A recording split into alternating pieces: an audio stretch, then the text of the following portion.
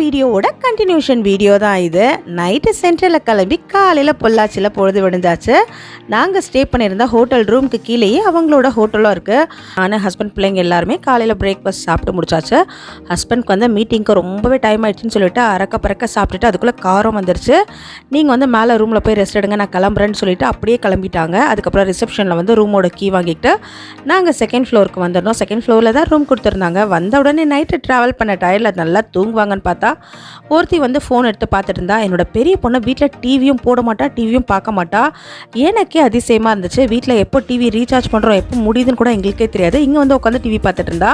Shinchan அப்படின்னு சொன்னாங்க. நானும் இப்போ தான் ஃபஸ்ட் டைம் கேள்விப்படுறேன். அதுக்கப்புறம் சின்னவன் வந்து போர் அடிக்குதுன்னு மறுபடியும் அவங்க அக்கா கூடவே உட்காந்து டிவி பார்க்க ஆரம்பிச்சிட்டா. ஒரு 11:30 ஆச்சு. கொஞ்ச நேரம் டிவி பார்த்துட்டு அதுக்கப்புறம் பசிக்குது அப்படின்னு சொல்ல ஆரம்பிச்சிட்டாங்க.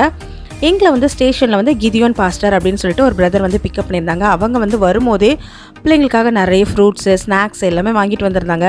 ஸ்நாக்ஸ் ஏதாவது சாப்பிட்றீங்களா அப்படின்னு கேட்டாங்க. ஸ்நாக்ஸ்லாம் எதுவும் வேணாமா அப்படின்னு சொல்லிட்டாங்க.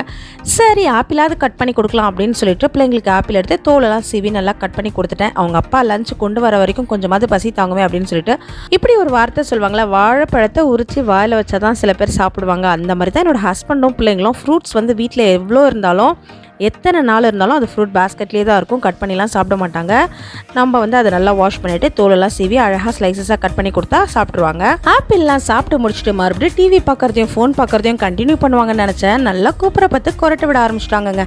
அன்றைக்கி ஹஸ்பண்ட்க்கு மீட்டிங்கிறதுனால நாங்கள் ரெஸ்ட் எடுத்தோம். எங்கேயுமே வெளியே சுற்றி பார்க்கலாம் போல். அன்றைக்கி ஒரு நாள் ஃபுல்லாக நாங்கள் ரூமில் தான் இருந்தோம். கரெக்டாக 1 மணி இருக்கும். ஹஸ்பண்ட் வந்து லஞ்ச் எடுத்துகிட்டு வந்திருந்தாங்க. அன்றைக்கி வந்து மீட்டிங்கில் வந்து சிக்கன் பிரியாணி தான் லஞ்சு. நாங்கள் வந்து அங்கே போகல அப்படின்றதுனால எங்களுக்கு வந்து லஞ்ச் வந்து ரூமுக்கே வந்துருச்சு. அவங்க அப்பா சாப்பாடு எடுத்துகிட்டு வந்த சவுண்டை கேட்டு பெரியவ டக்குன்னு தூக்கத்தில் இருந்து எழுந்துட்டா. நான் அவங்க அப்பா பெரியவ 3 பேரை உட்காந்து சாப்பிட்டுட்டு என்னோட சின்ன பொண்ணு மட்டும் எழுந்துக்கவே இல்லை. அவருக்கு மீட்டிங்கு டைம் ஆயிடுச்சுன்னு சொல்லிட்டு மறுபடியும் கிளம்பிட்டாரு. அதுக்கப்புறம் தூங்கி எழுந்து அவன் மட்டும் தனியாக உட்காந்து தூக்க கலக்கத்திலே உட்காந்து சாப்பிட்டுட்டு இருந்தா. சாப்பிட்டு முடிச்சதுக்கப்புறம் அவங்க மறுபடியும் டிவி ஃபோனுன்னு கண்டினியூ பண்ண நான் வந்து யூடியூப்பில் கொஞ்சம் வீடியோலாம் எடிட் பண்ணியிருந்தேன். கரெக்டாக 5 மணிக்கு ஹஸ்பண்ட் வந்து மீட்டிங்லாம் முடிச்சுட்டு வந்துட்டாங்க. இன்றைக்கி காலையில் இருந்து ரூம்லேயே அடைஞ்சே கிடைக்கிறீங்களே, வாங்க பக்கத்தில் ஒரு பார்க் இருக்குது போயிட்டு வரலாம் அப்படின்னு சொன்னாங்க. பார்க்கா, நம்ம ஊர்லேயே இருக்கே பார்க்கில், நாங்கள் வரல அப்படின்னு சொன்னாங்க. இல்லை சும்மா போயிட்டு வரலாம் ரிலாக்ஸான்னு கூட்டிகிட்டு வந்தாங்க. இந்த பார்க்கை பார்த்தோன்னே ரொம்பவே ஷாக்கிங் ஆகிடுச்சு. கண்ணு கெட்டின தூரம் வரைக்கும் அவ்வளோ பெரிய பார்க்கு. 2 ஹவர்ஸ்க்கு மேலே அந்த பார்க்கில் இருந்தோம். எப்படி டைம் போச்சுன்னே தெரியல. அவ்வளோ என்ஜாய் பண்ணோம். ரொம்பவே சூப்பராக இருந்துச்சு அந்த பார்க்கு. அதுக்கப்புறம் சில பல ஃபோட்டோஸ்லாம் எடுத்துகிட்டு அங்கேருந்து கிளம்பலாம் அப்படின்னு பார்க்கறதுக்குள்ள 7 மணி ஆயிடுச்சு.